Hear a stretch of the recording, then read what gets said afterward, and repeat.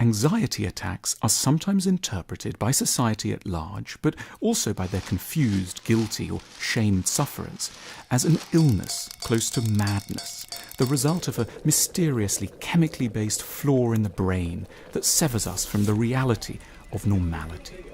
The suggested treatment is therefore medical, involving forceful attempts to dampen and anesthetize parts of the misfiring mind. Yet such an interpretation, however kind in its intentions, depends on one assumption: that the normal response to the conditions of existence should be calm. But why should it be, given the obvious insanity of the world? The root cause of an anxiety attack is just unusual sensitivity to a madness in the world that most people dampen out. Of course, once you think about it, it's entirely understandable that one might have an anxiety attack at a party, when talking to a colleague, or on a crowded train. There is genuine terror beneath the surface of such things. In her great novel Middlemarch, the 19th century English writer George Eliot, a deeply self-aware but also painfully self-conscious and anxious figure, reflected on what it would be like if we were truly sensitive, open to the world, and felt the implications of everything.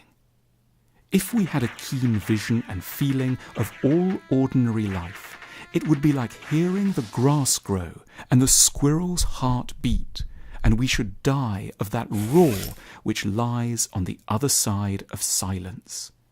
As it is, the quickest of us walk about well wadded with stupidity. It is, as Eliot recognises, both a privilege and a profound nightmare to hear that grass growing and that squirrel's heart beating, and also by extension to feel everything so deeply.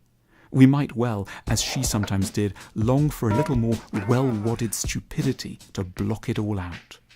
Nevertheless, Eliot's lines offer us a way to reinterpret our anxiety with greater dignity and benevolence.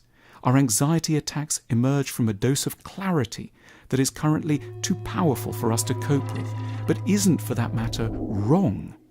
We panic because we rightly feel how thin the veneer of civilization is, how mysterious other people are, how improbable it is that we exist at all, how everything that seems to matter now will eventually be annihilated, how random many of the turnings of our lives are, how prey we are to accident.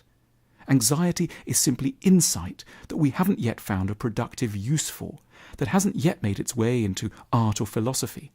It's a mad world that insists that the anxious are the crazy ones. We are in such a hurry to see anxiety as a sickness, we fail to notice its health and almost distinctive wisdom. It is a legitimate response to the oddity of going to parties, riding public transport, or, more widely, of being alive. We should never exacerbate our suffering by trying to push our disquiet aggressively away. Our anxiety isn't deplorable or a sign of weakness. It's simply the justifiable expression of our mysterious participation in a disordered and uncertain world.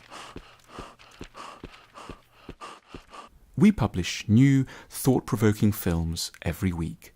Be sure to subscribe to our channel and take a look at more of what we have to offer at the link on your screen now.